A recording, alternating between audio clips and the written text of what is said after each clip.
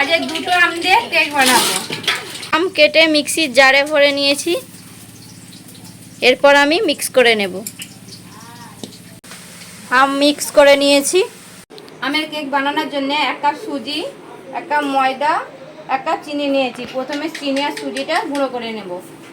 চিনি আর সুজিটা গুঁড়ো করে নিয়েছি। ময়দাটা আমি চালিয়ে নেব।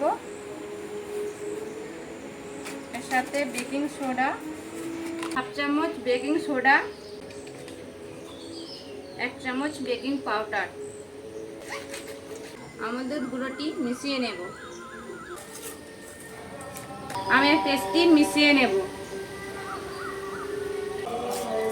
হাতে মিক্স করার থেকে মিক্সচার মেশিনের জারটি ব্যবহার করলাম।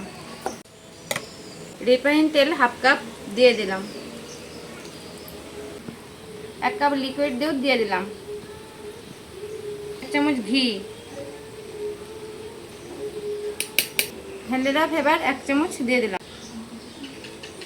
দিয়ে সব মিক্স করে নেব। টিতে আগে ঘি মাখিয়ে নেব। এর শেপে একটি কাগজ কেটে নিয়েছি, এর মধ্যে দিয়ে দিলাম। ভালো করে সেট করে নিলাম। দিয়ে এতেও হালকা ঘি বুলিয়ে নিলাম। কেক টিনটাতে বাটারটি ঢেলে দিচ্ছি। টিনটা কোণার মধ্যে বসিয়ে দিচ্ছি। কেকটা ঢেকে দিয়েছি। কেকটি কত সুন্দর ফুলে উঠেছে। আমি এটা 20 মিনিট পরে ঢাকনাটা খুলে নিয়েছি। ঢাকা দেওয়াটা কি আছে, কেকটি রেডি হয়ে গেছে। গ্যাসটা বন্ধ করে দিয়ে তো দেখুন বন্ধুরা, কত সুন্দরভাবে কেকটা রেডি হয়ে গিয়েছে। আমি চামচের দ্বারাই আপনাদেরকে দেখিয়ে দিচ্ছি। এই দেখুন, চামচটিতে কিন্তু একটুকুও লাগেনি কেকের অংশটি। একদম পারফেক্টভাবে কেক রেডি। এবার আমি কেটে নিচ্ছি।